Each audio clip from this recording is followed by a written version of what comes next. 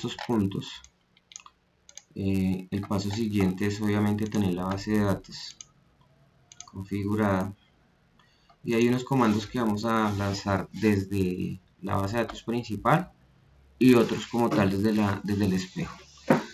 Lo primero que vamos a hacer desde la base de datos principal es generar un backup full como tal,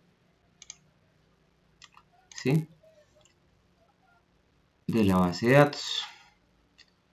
Entonces acá le vamos a indicar que va a ser un backup full de la base de datos llamado demo3. En caso de que si la base de datos es muy grande, pues le decimos que la deje compresa para que quede un tamaño más pequeña y se pueda manejar. En este caso le voy a indicar que voy a generar el backup full y lo voy a dejar en esta ruta. Esta ruta pues básicamente es la del otro servidor. Entonces una vez finalice el backup, acá va a quedar como tal este archivo. Entonces empezamos el backup, le damos OK. En este caso pues es una base de datos súper pequeña. Validamos que como tal en la ruta, pues en cuenta acá quedó el backup. Paso siguiente es generar el backup del log transaccional. Este backup de este log transaccional nos va a servir para la sincronización. Es como el punto desde donde va a empezar a sincronizar los datos con la base de datos secundaria. Entonces acá vamos a indicarle que vamos a generar el backup del log de la base de datos demo3 en este caso y la ubicación, y ejecutamos. Entonces acá indicamos que se ejecutó, vamos y validamos. 121 no se guardó, un segundo. 121, 128. Bueno, la embarré porque sobreescribí. Entonces tengo el DRM. Entonces vamos a borrar acá y hacemos nuevamente el ejercicio. Entonces generamos el backup full.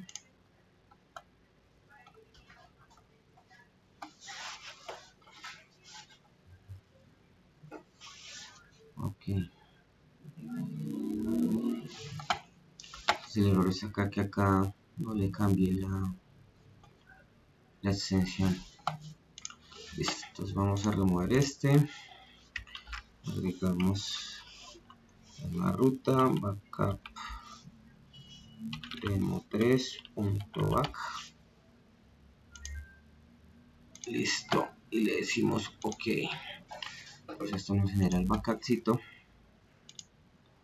Le damos acá y acá ya lo tenemos, backup demo3. Ahora generamos el backup del log transaccional y listo. Validamos que nos haya quedado la ruta y ahí tenemos los dos archivos. Entonces una vez tenemos esto, lo que vamos a hacer es desde el servidor secundario, en este caso el 121, que es este. Entonces esto lo hicimos desde el 185.13, acá vamos al 185.21, que es donde va a quedar como tal la réplica. Lo primero que hacemos es restaurar la base de datos, el backup. Importante, esta opción tiene que ir siempre. Colocamos el nombre, como cambiamos el nombre. Entonces lo primero, se restaura. Se dan cuenta acá no tenemos bases de datos. Le decimos desde dónde, si fue la ruta, donde quedó video, raya el piso. Si no, nos va a decir que no encuentra la fuente. Realizamos la restauración, entonces acá nos dice que fue exitoso. Si yo actualizo, él ya tiene que aparecer acá. Listo. Importante, restaurar el log transaccional. si no restauramos el log transaccional cuando se vaya a configurar el mirror, él no va a saber desde qué punto va a iniciar y nos va a generar un error. Entonces es importante. También es importante tener en cuenta la fecha en que se crean. La idea es que no tengan como un lapso demasiado grande de tiempo entre la creación de este backup y la creación del log transaccional, del backup del log transaccional. Entonces, una vez se tiene esto, acá que tenemos que hacer, entrar ya con un usuario que tenga permisos de sysadmin para configurar como tal el mirror. Hasta el momento acá me dice que está en estado restoring, pero no está el mirror configurado, porque cuando se tiene configurado nos vamos a dar cuenta ahorita de que acá aparece un label donde nos dice sincronizando. Listo. Entonces para esto, endpoints, acá todavía no nos ha configurado esto hasta que no terminemos. Entonces para esto voy a ingresar con un usuario con permisos de sysadmin. Y básicamente, ¿qué voy a decirle? Voy a decirle clic derecho y voy a decirle mirror. Entonces póngale cuál. Este usuario es un usuario test, ¿sí? Que no tiene permisos de sysadmin. Si yo le digo mirror, él no me va a dar la opción. Al entrar con el usuario con permisos de sysadmin, sí me va a generar la opción. Esto es lo que les voy a mostrar. Listo. Entonces, si se dan cuenta, este usuario sí tiene permisos de sysadmin y automáticamente me da la opción de poder configurar como tal ya el endpoint para empezar la sincronización. Entonces lo que se hace es decirle configurar security. Acá me indica si quiero o no quiero un árbitro. Esto es para en caso digamos de que se cayó la principal. Este árbitro witness lo que me hace es hacer como una especie de health check, y este health check, si es falso o true, él me va a indicar cuál va a ser la principal. En el caso de que se caiga la principal, él automáticamente hace un failover automático, ¿sí? En este caso no lo necesito para esta prueba. Acá la primera configuración que indica es la conexión como tal a la base de datos principal, el puerto por donde va a sincronizar, el endpoint, que era lo que les indicaba ahorita. Este es a este endpoint es el que toca validarle el algoritmo como tal de cifrado. Acá ustedes, si se dan cuenta, me dice que va a haber, o está como tal, va a haber data encryption. Siguiente paso es conectarse como tal al servidor de réplica. Vamos en conectar.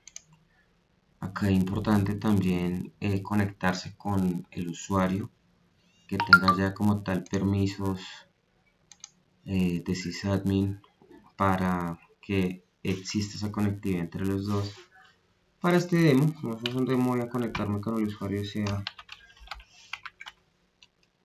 puede ser cualquier usuario que tenga permisos de sysadmin. Listo. En caso de que no tenga permisos, acá automáticamente nos va a aparecer un warning. Ejemplo, si me quiero conectar por ejemplo con este usuario 3. En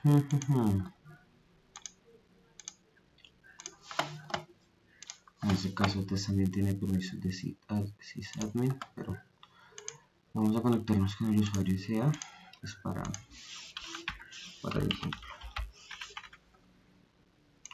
Vamos a conectar, nos dice por cuál es el puerto. Importante también que pues obviamente entre los dos servidores haya conectividad a través de este puerto. Si no hay conectividad a través de este puerto, ahí va a que validar permisos de firewall, ya sea el firewall local o ya como tal el firewall que nos da la seguridad perimetral a nivel de red de VLAN, ¿no? Listo. Siguiente, este es en caso, normalmente esto no lo configuramos en este ejemplo, y finalizar. Al final nos dice que va a ser un tipo que va a haber inscripción, que va a estar escuchando por el puerto 5022, el nombre del endpoint, la dirección IP del servidor principal, la dirección IP del servidor secundario y finalizar. Si todo sale bien, tanto a nivel de conectividad y demás, nos va a aparecer como tal que fue satisfactoria la configuración y automáticamente nos indica si queremos empezar como tal con la sincronización de los servidores. Acá le indicamos que sí.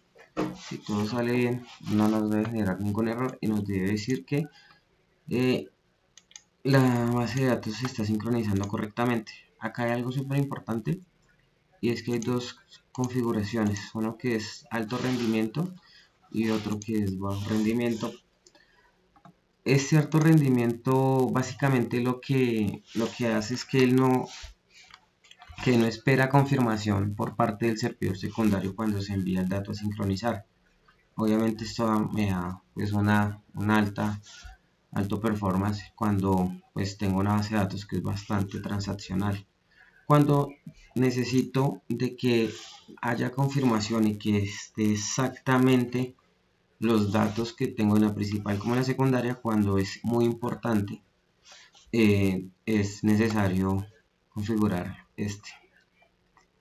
Acá en la configuración de alto rendimiento, la sincronización es asíncrona. Entonces se envía, no espero confirmación y él continúa. ¿Qué pasa? Que muchas veces cuando hay un nivel alto de transaccionalidad hay posibilidades de que se pierdan datos. Entonces digamos eso es como el riesgo. Diferente al modo síncrono, que él siempre espera confirmación. Y eso pues lo hace obviamente más lento. ¿Sí? Acá ya se inició como tal la configuración. Bueno, y otra cosa también importante, que para hacer el failover tiene que estar en bajo rendimiento. Si lo hago en alto rendimiento, él no me va a dejar hacer el failover.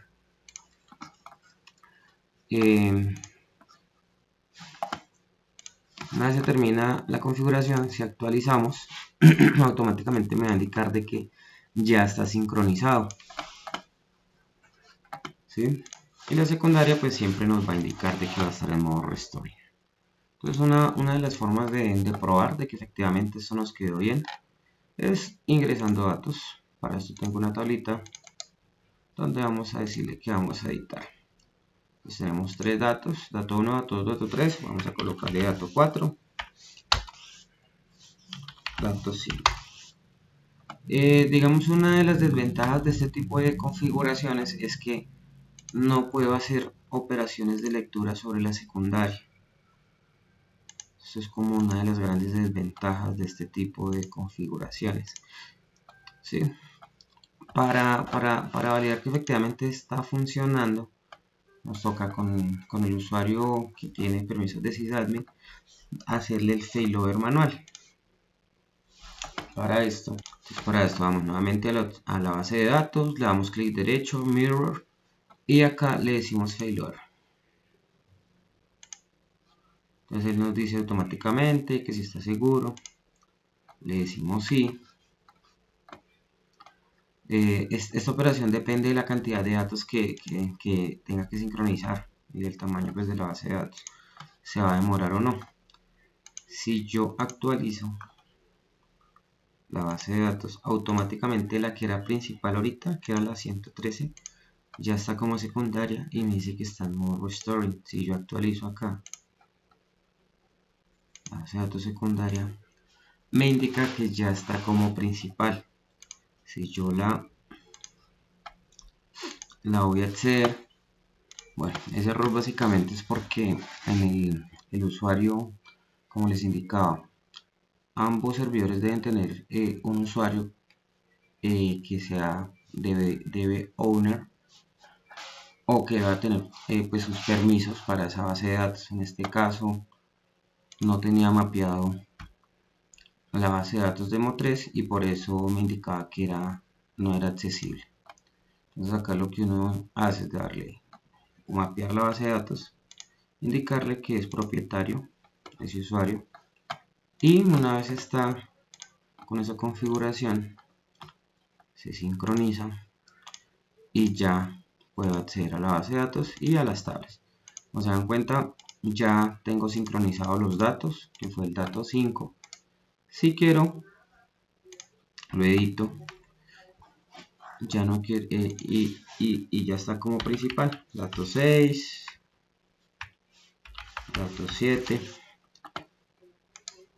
y eso sería así como a grandes rasgos. Si quiero que la secundaria vuelva a ser, que esta que era anteriormente secundaria ahora es principal, quiera nuevamente hacer secundaria, debo hacer absolutamente el mismo proceso. Ir a acá, decirle mirror y hacerle el failover manual. Entonces, por ejemplo, acá en el otro servidor, igual le digo failover. Bueno, en caso de que yo quiera que se eliminara esa configuración, simplemente le digo acá que remover espejo y listo. En caso de que quiera pausar la sincronización entre los servidores, pues le digo acá pausar, eso no pasa nada. Lo único es que cuando le diga restaurar, él tiene que volver a tomar desde el último punto. Y eso siempre se tarda su tiempito. Le voy a decir failover. Otra vez, ahorita en la 113. Me tiene que aparecer nuevamente como principal. Listo. Y me tiene que aparecer como tal dato 7. Entonces vamos a desplegar las tablas. Vamos a decirle que seleccione y como se dan cuenta acá automáticamente él me sincronizó los datos y eso sería como a grandes rasgos. Hay unos comandos útiles también y es por ejemplo qué pasa si la principal se cae, entonces y necesito acceder a la información. Entonces hay una forma como de desanclar la opción de la principal y dejar o forzar que la secundaria sea principal. Entonces vamos a ver si esto nos funciona. Entonces por ejemplo digamos se cayó el servidor principal o se paró el servicio. Entonces vamos a hacer esa prueba. Entonces ¿cómo podemos emular eso? Ir al Configuration Manager, decirle stop al servicio. Ahí se detiene, ahí pierde como tal, se corrompe como tal el endpoint. Si yo trato de sincronizarme o de conectarme nuevamente al servidor, pues se va a perder la conexión. Y esto realmente sería en un caso cuando se tiene la configuración en un data center principal y uno secundario. Y esto es algo que ocurre muy seguido. Entonces por ejemplo acá se perdió conectividad. Si yo entro a la secundaria, me dice automáticamente, me cambia acá el estatus, me dice en recovery. Entonces vamos a usar un comandillo para eso. Entonces con permisos de administrador se deben ejecutar este par de comandos y acá me está diciendo que se esfuerce pues porque se ha perdido la conexión y después que la deje otra vez sincronizando como principal. Una vez se ejecutan esos dos comandos y yo vuelvo nuevamente a base de datos, la actualizo, él me dice que ya esta va a actuar como principal, ¿sí? Y ya puede acceder como tal a los datos. Y esa sería como la forma de forzar, y eso solamente se debería usar en caso de que no se tenga absolutamente nada de gestión sobre la base de datos principal. ¿Por qué no se recomienda? Pues porque obviamente puede haber pérdida de datos o algo, o sea, no se sabe. Pero pues eso en caso que sea extremo, tener que usarlo en caso de que las configuraciones de las aplicaciones tengan configurado, valga la redundancia, un failover automático. Y eso sería todo. Muchas gracias. Buenas noches.